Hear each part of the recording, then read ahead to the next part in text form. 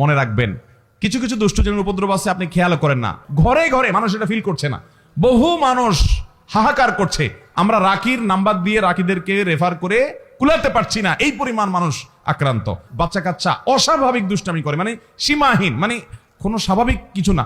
বুঝবেন দুষ্ট জিনের ভয়ঙ্কর প্রভাব ওর উপরে পড়ছে। আমি বুকে হাত রেখে বলতে পারি, আপনি আল্লাহর কুদরত যদি দেখতে চান সরাসরি, দুষ্ট জিনের উপদ্রব আছে যে বাসায়, সে বাসায় আপনি সূরা বাকারার তেলাওয়াত চালু করে দেন। আমি প্রায় বিভিন্ন জায়গায় বলি। আজকে গাড়িতে আসতে আসতে মুফতি সাইফুল ইসলাম ভাই সহ আমরা আলোচনা করছিলাম। সাইফুল ইসলাম ভাইয়ের কাছে আমার সামনে একটা ফোন আসলো, উনি ধানমন্ডি তাকওয়া মসজিদের খতিব, ওখান থেকে বলে যে ধানমন্ডির মতো রিচ এলাকাতে, সব ধনীদের এলাকা, সারা দেশের বড় বড় পয়সাপাতি যাদের তারা থাকে, ব্যবসায়ীরা থাকে, মন্ত্রী মিনিস্টাররা থাকে, বলছে এই এলাকাতে, উনি যেহেতু ওখানকার বড় মসজিদের খতিব তাকওয়া মসজিদের, উনি বললেন যে ভাই এত পরিমাণ জিনে ধরা রুগী এবং ব্ল্যাক ম্যাজিক অর্থাৎ জাদুগ্রস্ত রুগীর খবর আসে বলার মতো না। আমি বলি ভাই আমারও তো একই অবস্থা, আমার কাছে যত ফোন আসে দেশের একেবারে সর্বোচ্চ লেভেল পর্যন্ত এমন এমন কিছু পদাধিকারী ব্যক্তিদের তরফ থেকে ফোন আসে, রিকোয়েস্ট আসে যে কল্পনাও করা যায় না যে এই লেভেলের মানুষগুলো পর্যন্ত সাফার করছে খুব মানে জটিল ভাবে। ঘরে ঘরে দুষ্টজিনের উপদ্রব মানুষ লক্ষ্য করে না। মনে রাখবেন, কিছু কিছু দুষ্টজিনের উপদ্রব আছে, আপনি খেয়াল করেন না। যেমন কথার কথা, বাসায় বাচ্চা কাচ্চা অস্বাভাবিক দুষ্টামি করে, মানে সীমাহীন, মানে কোনো স্বাভাবিক কিছু না। বুঝবেন দুষ্টজিনের ভয়ঙ্কর প্রভাব ওর উপরে পড়ছে। এবং অনেক রোগ আছে কিছু লোকের, দেখবেন যে এই রোগগুলোর কোনো ট্রিটমেন্ট করে কিছু হয় না, কোনো ডায়াগনোসিস হয় না, বহু চেক আপ টেস্ট, ডাক্তাররা আন্দাজ অনুমান করে বিভিন্নভাবে ট্রিটমেন্ট করেন, চেষ্টা করেন, কিন্তু কোনোভাবে ভদ্রলোক ভদ্রমহিলা সুস্থ হয় না। এরকম বহু রোগী রেখেছি আমি যে কোনোভাবে সুস্থ হয় না। এগুলোর বেশিরভাগ ব্ল্যাক ম্যাজিক এবং দুষ্ট জিনের রোগী। ঘরে ঘরে আমাকে সাথে সাথে জিজ্ঞেস করলেন ওনারা, মুফতি সাইফুল ইসলাম ভাই এবং আমাদের তানভীর ভাই ওনারা আছে, ওনারা জিজ্ঞেস করলেন যে ভাই এটা কেন হয়? আমি বললাম কেন হয়, জিন, দুষ্ট জিন অর্থাৎ শয়তান তার উপযোগী জায়গায় পাইলে সে সেখানে খুঁটি গাড়ে। আমাদের বাসা বাড়িগুলোতে হারাম এই পরিমাণ হয়, আপনি ইউটিউবে ওয়াজ শুনতে যান, শুরুতে আগে পান্ডা অ্যাডভার্টাইজ দিয়ে নিবে, এরপর আরো বিভিন্ন অ্যাডভার্টাইজ আসবে এবং মিউজিক আসবে, এগুলা চলবে। এই মিউজিক যেখানে থাকে সেখানে শয়তান আসবেই। আপনি এটা নিয়ন্ত্রণ করতে হবে। আপনার বাসায় বিভিন্ন প্রাণীর ছবি টাঙিয়ে রাখবেন, এখানে শয়তান আসবেই। রহমতের ফেরেশতা ঢুকেন, হাদিসে বলা আছে, এখানে আপনার এই অবস্থা হবে। ঘরে ঘরে মানুষ এটা ফিল করছে না।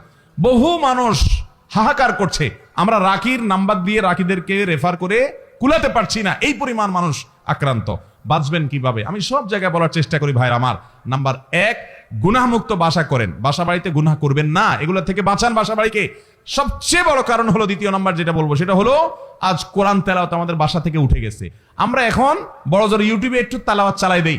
আল্লাহর কসম করে বলছি, যেই বাসায় কোরআন তেলাওয়াত নিয়মিত হয়, আওয়াজ করে, শব্দ করে, ওই বাসায় ব্ল্যাক ম্যাজিক দুষ্টজিন থাকতে পারে না। আপনি যদি মিরাকল দেখতে চান ভাইরা আমার, আমি বুকে হাত রেখে বলতে পারি, আপনি আল্লাহর কুদরত যদি দেখতে চান সরাসরি, দুষ্টজিনের উপদ্রব আছে যে বাসায়, সে বাসায় আপনি সূরা বাকারার তেলাওয়াত চালু করে দেন, জোরে জোরে তেলাওয়াত করেন, নিজে না পারলে অডিও চালু করে দেন। আমি নিজের চোখে বহুবার দেখেছি যে অস্বাভাবিক আচরণ বাচ্চাদের, এটা সেটা, রুকিয়া চলছে, তেলাওয়াত চলছে, ভালো হয়ে গেছে। আমার পরিচিত এক বোন আছেন, বোন বলতে আমার আপন বোন না, দুঃসম্পর্কীয়, উনি আমেরিকাতে থাকেন, অনেক বড় ব্যবসায়ী। ওনার বাসায় ভয়ঙ্কর অবস্থা, মেয়েরা কোরআন তেলাওয়াত চালাইলে পাগলের মতো হয়ে যায়, কোনোভাবে সহ্য করতে পারে না, বলে যে বন্ধ করো এটা যেভাবেই হোক। এবং হাজার হাজার কোটি টাকার মালিক ওনারা, বাফেলোতে আমেরিকাতে থাকেন। আমাকে বলেন ভাই কি করা যায়? আমি রুকিয়ার অ্যাপ দিলাম, বলে যে কোনোভাবে তেলাওয়াত শুনতে রাজি না। আমি বললাম যে ওদেরকে যদি বেঁধে রেখে হলেও আপনি কিছুদিন শোনাতে পারেন, দেখবেন ট্রিটমেন্ট হয়ে গেছে। আমাকে গত সপ্তাহ না তার আগের সপ্তাহ যেন কয়েকদিন আগে আমাকে জানালেন যে ভাই আপনি না দেখলে বিশ্বাস করবেন না যে আমার মেয়েরা এখন এতটা স্বাভাবিক হয়ে গেছে যে কোরআন তেলাওয়াত শোনা ছাড়া এখন আরো ঠিক থাকতে পারে না, কিন্তু প্রথম সহ্য করতে পারতো না। আমার বাসায়, আমি তো এলাকার সন্তান, আপনাদের লক্ষ্মীপুরের বশিরপুর আমার গ্রাম, সেখানে একদিন সকালবেলা আমার এক নিকটাত্মীয় এক ছেলেকে নিয়ে আসছে, ইয়াং ছেলে, যুবক মানুষ, সৌদি আরবে ছিল, বলে বিদেশ থেকে চলে আসছে। কি হয়েছে? সে আজান আওয়াজ হলে শুনতে পায় না, তার পুরো শরীর বাঁকা হয়ে যায়।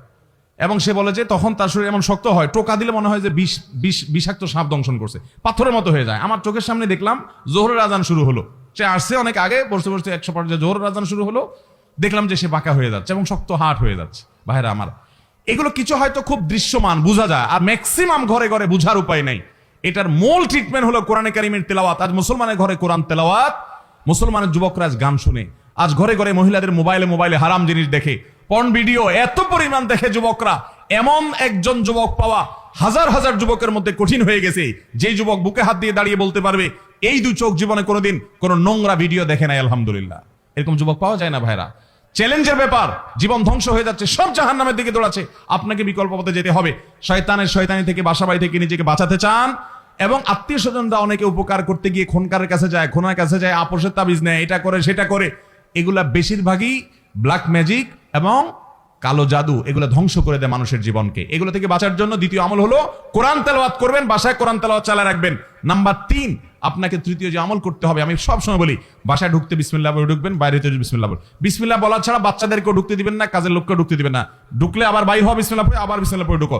হাদিসে আসছে কেউ বাসায় পড়তে বিসমিল্লাহ পড়ে ঢুকলে তার সাথে শয়তান ঢুকতে পারে না, প্রত্যেকের সাথে শয়তান থাকে, ওটা ঢুকতে পারে না। আর যদি বিসমিল্লাহ ছাড়া ঢুকে, তাহলে শয়তানের সাথে সাথে ঢুকে পড়ে। খাওয়ার সময় বিসমিল্লাহ, সব কাজে বিসমিল্লাহ পড়বেন। এভাবে আরো বিভিন্ন আমলের মাধ্যমে এই উপদ্রব থেকে বাঁচবেন। ব্ল্যাক ম্যাজিক থেকে বাঁচার জন্য সৌদি আরবের সাবেক গ্র্যান্ড মুফতি শেখ আব্দুল আজিজ বিন আব্দুল্লাহ বিন বাজ রাহিমাহুল্লাহ একটা চমৎকার আমল দিয়েছেন, সারা পৃথিবীতে রাখীদের কাছে জনপ্রিয় আমল।